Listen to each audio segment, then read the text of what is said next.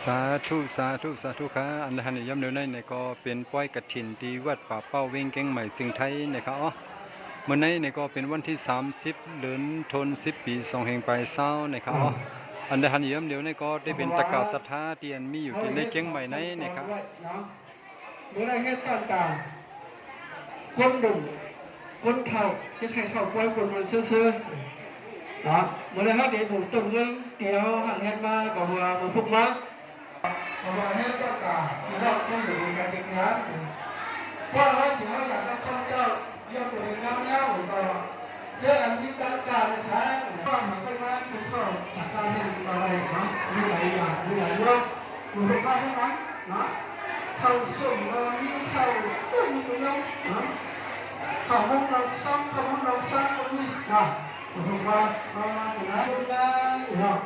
อันนั้นก็ในวันแก้วเลยพี่เราบ้านเราเพราะว่าเขาจะอยู่ไทยก็จะพ่อกันพี่จะทำอะไรผมวิ่งที่ก็วิ่งกันมาเอาใหญ่ๆเนาะ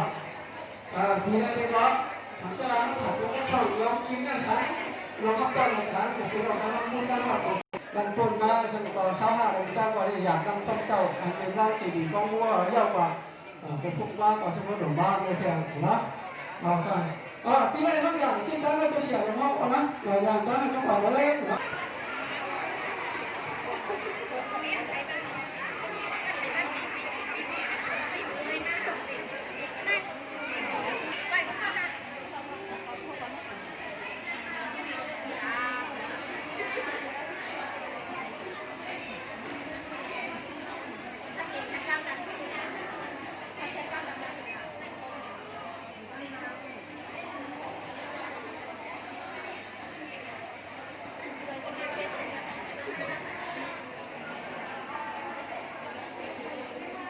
เดี๋ยวเนี่ยเราเข้าขาบมีพี่น้อง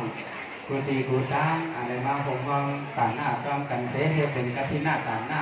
ดูตั้งสั่งการกันวันในก็เป็นอาขาดตั้งผิดเข้าขาบมีพี่น้องกูตีกูตั้งในมาผมก็ต่างหน้าจ้องกันเสียในวิต่างหน้า